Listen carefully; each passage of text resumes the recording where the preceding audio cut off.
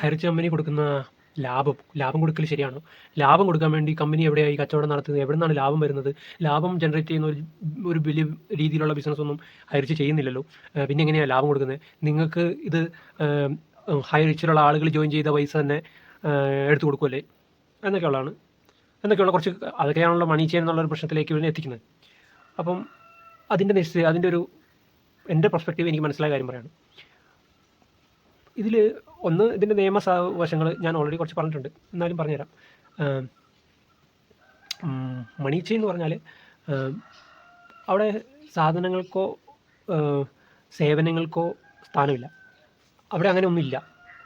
പക്ക മണി chain എന്ന് പറയുമ്പോൾ ഒരു സേവനമില്ല, ഒരു സാധനമില്ല. ജസ്റ്റ് നമ്മൾ കുറേ പൈസ നിക്ഷേപിച്ചിട്ട്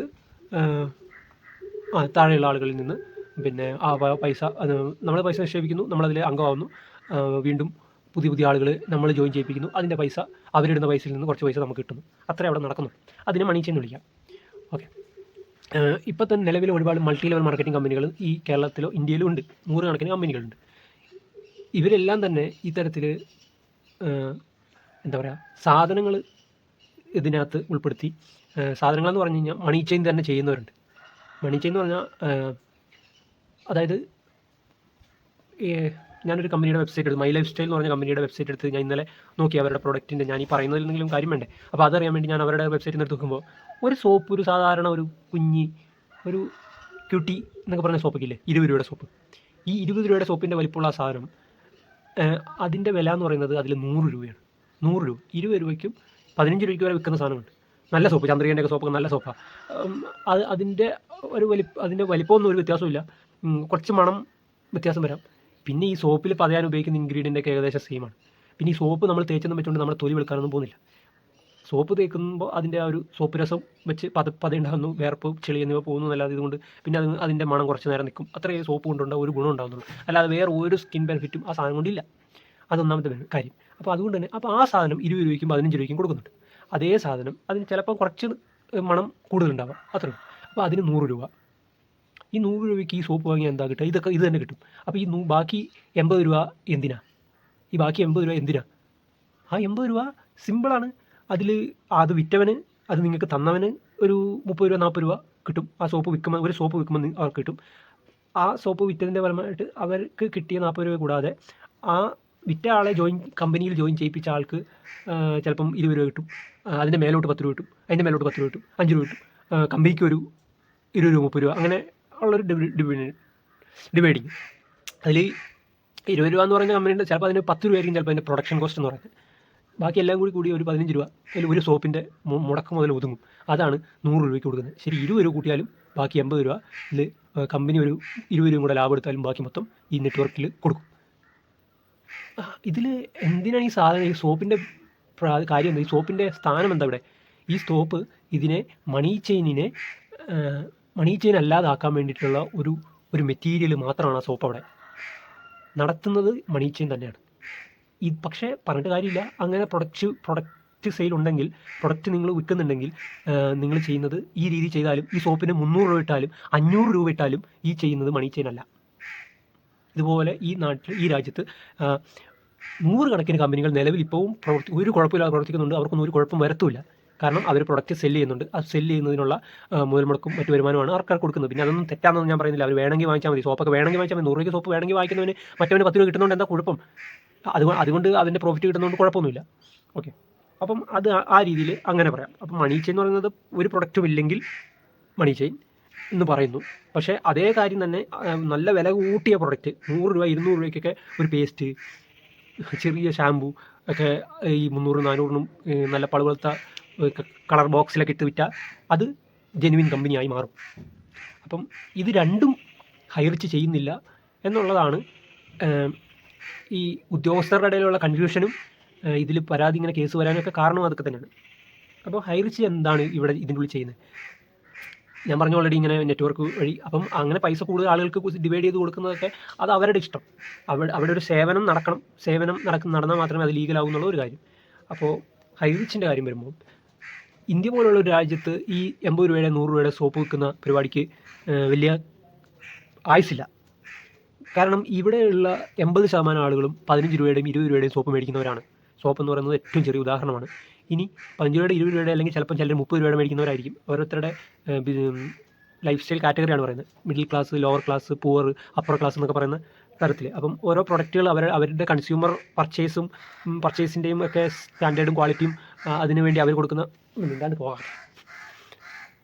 കൊടുക്കുന്ന ആ ഒരു എക്സ്പെൻസാണ് അതിൻ്റെ അവരുടെ ഒരു സാമ്പത്തിക ഭദ്രതയെ, ക്വാളിറ്റിയെ, അല്ലെങ്കിൽ അവരുടെ ഒരു സമ്പത്തിനെ ഡിഫൈൻ ചെയ്യുന്നത്. ഓക്കെ, അപ്പോൾ ഹൈറിച്ച് വന്നിരിക്കുന്നത് എല്ലാ സാമൂഹിക കാറ്റഗറിയിലുള്ള ആളുകൾക്കും കൂടി വേണ്ടിയാണ്. ഇതിലൊരു അപ്പർ ക്ലാസ്സിനോ മിഡിൽ ക്ലാസ്സിനോ വേണ്ടി മാത്രമുള്ള പ്രൊഡക്റ്റുകളല്ല ഹൈറിച്ചിലുള്ളത്. അതായത് നിങ്ങൾ ഇന്നിപ്പോൾ തന്നെ ഒരു നെറ്റ്വർക്ക് മാർക്കറ്റിംഗ് കമ്പനികളിലും ജോയിൻ ചെയ്തിട്ടില്ലെങ്കിലും നിങ്ങൾക്ക് ഇത്തരം സാധനങ്ങളൊക്കെ ആവശ്യമുണ്ട്. 15 രൂപയുടെ സോപ്പായിരിക്കും ചിലപ്പോൾ നിങ്ങൾ വാങ്ങുന്നത്, ചിലപ്പോൾ 30 രൂപയുടെ സോപ്പായിരിക്കും നിങ്ങൾ വാങ്ങുന്നത്, 100 രൂപയുടെ അരിയായിരിക്കും നിങ്ങൾ വാങ്ങുന്നത്, 50 രൂപയുടെ അരിയായിരിക്കും നിങ്ങൾ വാങ്ങുന്നത്. അപ്പോൾ പിന്നെ ചില കമ്പനികൾ എന്ന് പറയുന്നത് ചിലർ ഹെൽത്ത് പ്രൊഡക്റ്റുകൾ മാത്രമേ ആയിരിക്കും വിൽക്കുന്നത്, ചിലർ ബ്യൂട്ടി ഹൈജീൻ പ്രൊഡക്റ്റുകൾ, ചിലർ ഡ്രസ്സുകൾ, വസ്ത്രങ്ങൾ മാത്രം. അങ്ങനെ ലിമിറ്റഡ് കാറ്റഗറീസും ലിമിറ്റഡ് ബ്രാൻഡ്സുമാണ്. അവർ തന്നെ ഇൻട്രൊഡ്യൂസ് ചെയ്യുന്ന 1-2 ബ്രാൻഡുകൾ. ബ്രാൻഡ് വേറെ ആയിരിക്കും, പക്ഷേ അവർ ഇൻട്രൊഡ്യൂസ് ചെയ്യുന്ന അവരിലൂടെ മാർക്കറ്റ് ചെയ്യുന്ന അത്രേ ഉള്ളൂ. ഹൈറിച്ച് ഇവിടെ വന്നിരിക്കുന്നത് നിലവിൽ നമ്മളൊക്കെ എല്ലാം വാങ്ങുന്ന സാധനങ്ങൾ, ഇപ്പം സവാള, ഉരുളക്കിഴങ്ങ്, പച്ചമുളക് എന്ന് പറഞ്ഞ പച്ചക്കറികൾ, അരി, പയറ്, പരിപ്പ്, ഗോതമ്പ് സാധനങ്ങൾ, സാധാരണ ഉപയോഗിക്കുന്ന കോൾഗേറ്റ്, ലെക്സ്, പിയേഴ്സ്, ഡാബർ, പെപ്സുഡൻ, ഇങ്ങനെയുള്ള നോർമൽ പ്രോഡക്റ്റുകളിൽ പെടുന്ന സാധനങ്ങൾ. അത് ഒരു നെറ്റ്വർക്ക് മാർക്കറ്റിംഗ് കമ്പനിയിൽ ആരും ചേർന്നിട്ടില്ലെങ്കിലും വാങ്ങിക്കുന്ന സാധനങ്ങൾ. അപ്പോൾ ഈ സാധനങ്ങൾ വാങ്ങിക്കാൻ പറ്റിയ ഒരു മൾട്ടി ലെവൽ സിസ്റ്റമാണ് ഹൈറിച്ചിൻ്റേത്.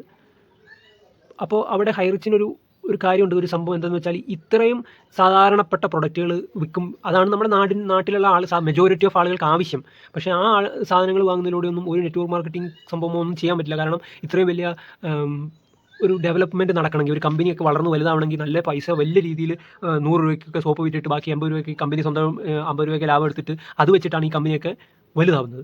അപ്പോൾ ഈ നിത്യോപയോഗ സാധനങ്ങൾ വാങ്ങിക്കുന്ന ആളുകളെ നോർമൽ മാത്രമല്ല ഏത് കാറ്റഗറിയിലുള്ള ആളുകൾക്കും വേണ്ട എല്ലാ തരം ക്വാളിറ്റിയിലും പ്രൈസിലുള്ള പ്രൊഡക്റ്റുകൾ വിൽക്കുന്ന കമ്പനിയെ സംബന്ധിച്ചിടത്തോളം അത് നെറ്റ്വർക്ക് മാർക്കറ്റിംഗ് ഒരു മേഖലയിൽ വലുതായി വരിക എന്ന് പറയുന്നത് ഒരു രീതിയിൽ പോസിബിൾ ആയിട്ടുള്ള കാര്യമായിരുന്നില്ല. അപ്പോൾ അതിനെ പോസിബിളാക്കി ഈ ആർക്കും വേണ്ടാത്ത ഇത്രയും വലിയ എക്സ്പെൻസീവ് ആയിട്ടുള്ള പ്രൊഡക്റ്റുകൾ വാങ്ങിയാൽ മാത്രം ചെയ്യാൻ പറ്റുന്ന ഒരു ബിസിനസ്സിനെ നിത്യോപയോഗ സാധനങ്ങളായിട്ടുള്ള സാധാരണക്കാരായിട്ടുള്ള ഈ നാട്ടിലെ 100% ആളുകളും വാങ്ങുന്ന നിത്യമായിട്ട് വാങ്ങിക്കൊണ്ടിരിക്കുന്ന സാധനങ്ങൾ, എല്ലാവിധ സാധനങ്ങളും ആമസോണിൽ പോയാലും മിന്ത്രയിൽ പോയാലും മീഷോയിൽ പോയാലും നിങ്ങളുടെ അടുത്തുള്ള പലചരക്ക് കടയിൽ പോയാലും നിങ്ങൾക്ക് കിട്ടുന്ന എല്ലാം കൂടി ഒരു കുടക്കീഴിൽ കൊണ്ടുവന്നിട്ട് അതിനെ ഈ ഒരു സിസ്റ്റത്തിലേക്ക് കൊണ്ടുവന്ന് അതിൽ നിന്നും വലിയ കമ്പനികൾ മാത്രം ഇടനിലക്കാരുടെ കാശ് വാങ്ങിക്കൊണ്ടിരുന്ന വലിയ കമ്പനികൾക്ക് പകരം ആ ഇടനിലക്കാരെ ഒഴിവാക്കി ആ സാധനങ്ങളുടെ ഡയറക്റ്റ് മാർക്കറ്റിംഗ് ഫാക്ടറിയിൽ നിന്ന് ഔട്ട്ലെറ്റിലേക്ക് ഡയറക്റ്റ് ഫ്രാഞ്ചൈസിയിലേക്ക് എത്തിച്ച് ചെറിയ കുറവുകൾ, പൈസയുടെ കിഴിവുകൾ ഈ നോർമൽ പ്രൊഡക്റ്റുകളിലും വരുത്തിക്കൊണ്ട് എന്നാൽ അതിനെ നെറ്റ്വർക്ക് സിസ്റ്റത്തിലേക്ക് കൊണ്ടുവന്ന് ഈ സാധാരണക്കാരായിട്ടുള്ള ആളുകൾക്ക് പോലും ഒരു ഇത്തരത്തിലുള്ള ഒരു നെറ്റ്വർക്ക് ക്രിയേറ്റ് ചെയ്യാനും ബിസിനസ് ശൃംഖല ക്രിയേറ്റ് ചെയ്യാനും പ്രോഫിറ്റ് ജനറേറ്റ് ചെയ്യാനും ഇൻകം ജനറേറ്റ് ചെയ്യാനും പറ്റുന്ന ഒരു സിസ്റ്റമാണ് ഹൈറിച്ച് കൊണ്ടുവന്നത്. അപ്പോൾ അങ്ങനെ കൊണ്ടുവരുമ്പോൾ അതിനൊരു പ്ലാൻ വേണമല്ലോ. ഈ പറഞ്ഞ പോലെ ഈ കുറേ ലെക്സിൻ്റെ സോപ്പ് ഒരു 100 എണ്ണം 50 എണ്ണം മേടിച്ച് വെച്ചിട്ട് നമ്മൾ വീടുകളിലൂടെ നടന്ന് വിൽക്കാൻ പറ്റുമോ? അങ്ങനെ വാങ്ങിക്കുന്ന അങ്ങനെ കൊടുക്കുന്ന ഒരു സാധനമല്ല ഇത്. ഈ 100 രൂപയുടെ 200 രൂപയുടെ സോപ്പ് എന്ന് പറയുന്നത് ചിലരെയൊക്കെ ഇങ്ങനെ കൊണ്ടേ കാണിച്ച് സാറാ ഇതെന്ന് പറഞ്ഞാൽ അത്ഭുതകരമായിട്ടുള്ള സോപ്പാണെന്ന് പറഞ്ഞ് 4 തള്ളൊക്കെ തള്ളി വിൽക്കാൻ വേണ്ടി ഇതൊക്കെ ഉപയോഗിക്കും. പക്ഷേ ഈ നിത്യോപയോഗ സാധനങ്ങൾ ഇങ്ങനത്തെ ഉള്ളിയും പരിപ്പും പയറും കടലയൊന്നും അങ്ങനെയൊന്നും ആരും വിൽക്കില്ല. അപ്പോൾ അതുകൊണ്ട് തന്നെ അങ്ങനെ കുറേ സാധനങ്ങൾ ഒന്നിച്ചാരും വാങ്ങിയിട്ട് ഇത്തരം കമ്പനികൾ ഈ പറഞ്ഞ പോലെ ഇത്തരം കമ്പനികളിലൊക്കെ ജോയിൻ ചെയ്യണമെങ്കിൽ തന്നെ 20,000 രൂപയുടെ ഈ 100 രൂപയുടെ സോപ്പും 50 രൂപയുടെ 100 രൂപയുടെ പേസ്റ്റും അത്തരത്തിലുള്ള സാധനങ്ങൾ എക്സ്പെൻസീവ് ആയിട്ടുള്ള സാധനങ്ങൾ 20,000 രൂപയ്ക്കും 30,000 രൂപയ്ക്കും വാങ്ങിയാലാണ് ഇത്തരം നെറ്റ്വർക്ക് കമ്പനികളിൽ ജോയിൻ ചെയ്യാൻ പറ്റുന്നത്. അങ്ങനെ ജോയിൻ ചെയ്യുമ്പോൾ തന്നെ ഈ 30,000 രൂപയ്ക്കും 40,000 രൂപയ്ക്കും ഒരു പ്രാവശ്യം ഈ മുഴുവൻ സാധനങ്ങൾ ഒറ്റയടിക്ക് പർച്ചേസ് ചെയ്യുമ്പോൾ തന്നെ ഇതിൻ്റെ ലാഭമെല്ലാം കൂടി അല്ലെങ്കിൽ ഇതിൻ്റെ പ്രോഫിറ്റ് മാർജിൻ കാൽക്കുലേറ്റ് ചെയ്താൽ ഹൈറിച്ച് ഓൺലൈൻ ഷോപ്പിൽ അഡ്വാൻസ് പേയ്മെൻ്റ് ആയിട്ട് വാങ്ങിക്കുന്ന 10,000 രൂപയുടെ ഇരട്ടി വില അപ്പം തന്നെ പൈസ അവർക്ക് അപ്പം തന്നെ ഈ നെറ്റ്വർക്കിൽ കിട്ടുന്നുണ്ട്. സംഗതി മനസ്സിലായില്ലേ? പക്ഷേ ആ പൈസ പോയതാണ് അവരുടെ. ഈ പ്രൊഡക്റ്റ് 100 രൂപയുടെ പ്രൊഡക്റ്റ് 15 രൂപയുടെ 20 രൂപയുടെ പ്രൊഡക്റ്റ് 100 രൂപയ്ക്ക് വാങ്ങി ബാക്കി പൈസ മൊത്തം അവർ കളഞ്ഞു. അതിന് പകരം ഹൈറിച്ച് ഈ നിത്യോപയോഗ സാധനങ്ങൾ നിങ്ങൾക്ക് ഏത് വേണമെങ്കിലും എപ്പോൾ വേണമെങ്കിലും പർച്ചേസ് ചെയ്യുമ്പോൾ അത് റെഡീം ചെയ്തെടുക്കാം എന്നുള്ള ഒരു റെഡീം ചെയ്യാന്ന് പറഞ്ഞാൽ തിരിച്ചെടുക്കാം, ചെറുതായി റിട്ടേൺ വാങ്ങിച്ചെടുക്കാം. അതായത് 10,000 രൂപ നമ്മൾ അഡ്വാൻസ് ആയിട്ട് പേയ്മെൻറ്റ് ചെയ്യുക.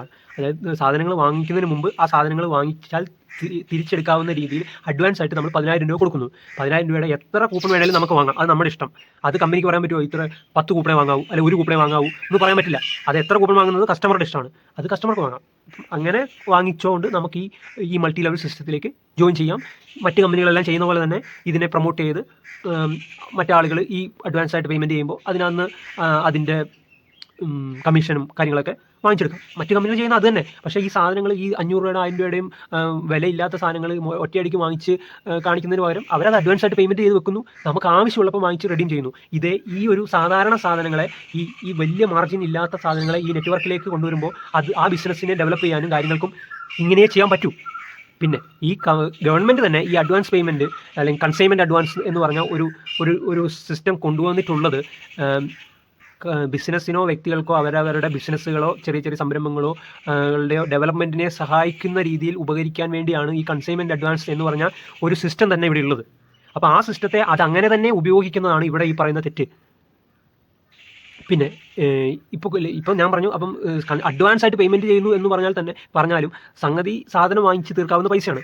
അപ്പോൾ ആ സാധനം വാങ്ങിക്കാൻ വേണ്ടി അഡ്വാൻസ് പേയ്മെൻറ്റ് ചെയ്തു. അതുകൊണ്ട് ഇത്രയും സാധനങ്ങൾ വാങ്ങിക്കാൻ വേണ്ടിയുള്ള പേയ്മെൻറ്റ് ആണ് നടത്തിയിരിക്കുന്നത്. അപ്പോൾ അതിൽ നിന്ന് അതിന് അങ്ങനെ ചെയ്യിച്ച് ഒരു സെയിൽ അവിടെ നടന്നിട്ടുണ്ട്. ശരിക്കും പ്രൊഡക്റ്റ് കൊടുത്തില്ലെന്നുള്ളൂ, അതിൻ്റെ അഡ്വാൻസ് ആയിട്ടുള്ള അതിൻ്റെ പേയ്മെൻറ്റ് കിട്ടിക്കഴിഞ്ഞു. അപ്പോൾ ആ പേയ്മെൻറ്റിൽ നിന്ന് ആ പേയ്മെൻറ്റ് അവിടെ വരാൻ കാരണമായ ആൾക്ക് അതിൻ്റെ കമ്മീഷൻ കൊടുക്കുന്നതിനോ അതിൻ്റെ നെറ്റ്വർക്കിൽ അതിൻ്റെ കമ്മീഷൻ കൊടുക്കുന്നതോ തെറ്റാവുന്നത് എങ്ങനെയാണ്? ആവില്ല. പിന്നെ പ്രോഫിറ്റ് എന്ന് പറഞ്ഞ സാധനം ഈ കമ്പനി കൊടുക്കുന്നുണ്ടെന്ന് കമ്പനി എവിടെയും പറഞ്ഞിട്ടില്ല. ആരെങ്കിലുമൊക്കെ പറഞ്ഞിട്ട് കമ്പനി പറഞ്ഞിട്ടൊരു കാര്യമില്ല.